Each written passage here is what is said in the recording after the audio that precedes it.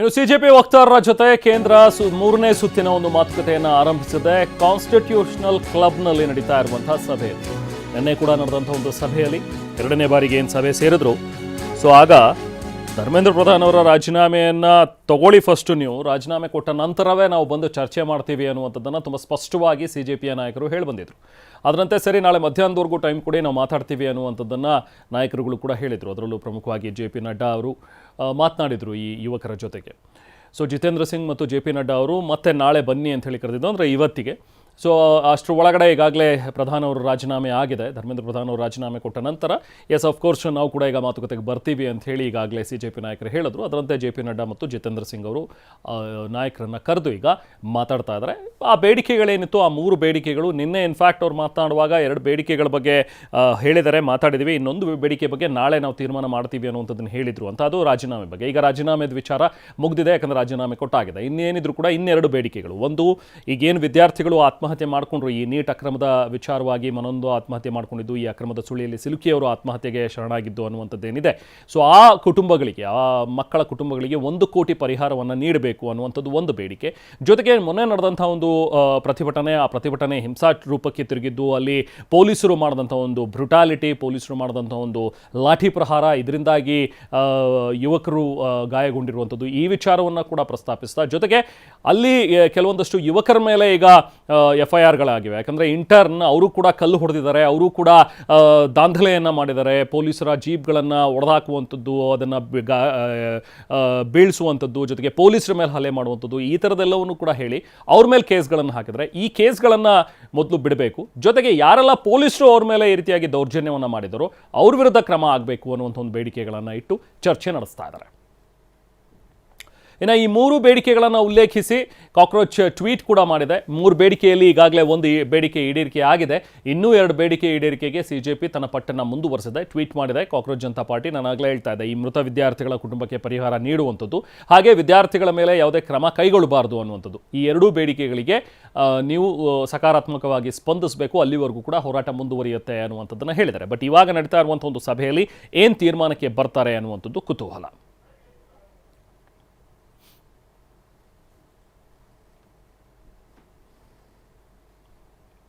ಇದು cockroach Janata party ಮಾಡಿದಂಥ ಒಂದು ಟ್ವೀಟ್. ಇನ್ ಟರ್ನ್ ಈಗ ಸೋನಮ್ ವಾಂಗ್ಚುಕ್ ಅವರು ಕೂಡ ಈಗಾಗಲೇ ಟ್ವೀಟ್ ಮಾಡಿ ಅಭಿನಂದನೆಗಳನ್ನು ಸಲ್ಲಿಸಿದ್ದಾರೆ.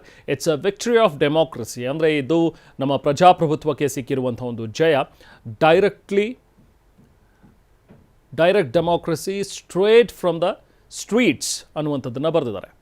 It's a victory of peace, patience and perseverance ಅನ್ನುವಂಥದ್ದನ್ನು ಕೂಡ ಅವರು ಮೆನ್ಷನ್ ಮಾಡಿದ್ದಾರೆ.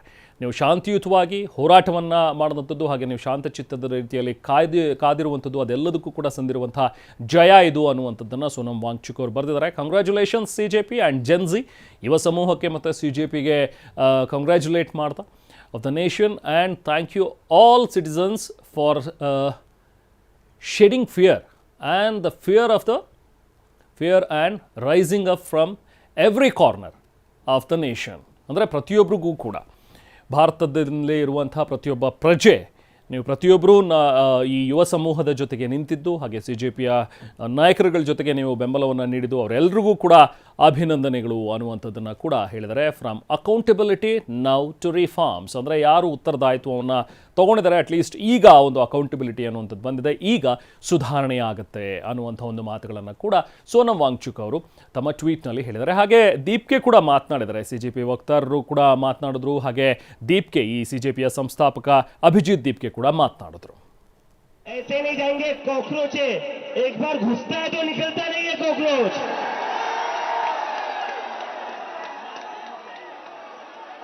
धर्मेंद्र प्रधान का इस्तीफा तो हो गया, लेकिन जिन बच्चों ने सुसाइड करी है उनके परिवार को 1 करोड़ का मुआवजा और मिलना चाहिए ना, मिलना